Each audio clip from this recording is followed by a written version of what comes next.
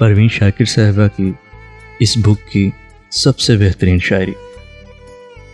पूरा दुख और आधा चांद, हिजर की शब और ऐसा चांद, दिन में वहशत पहल गई थी, रात हुई और निकला चांद।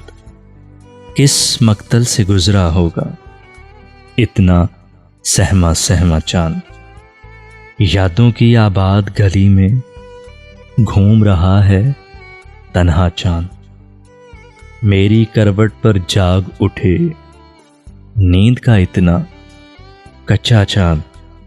मेरे मुंह को किस हैरत से देख रहा है भोला चांद। इतने घने बादल के पीछे कितना तन्हा होगा चांद। आंसू रोके नूर नहाए दिल दरिया तन सहरा चांद। इतने रोशन चेहरे पर भी सूरज का है साया चांद। जब पानी में चेहरा देखा तूने किसको सोचा चांद।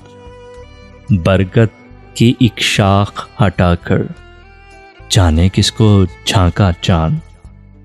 बादल के रेशम झूले में भोर समय तक सोया चांद।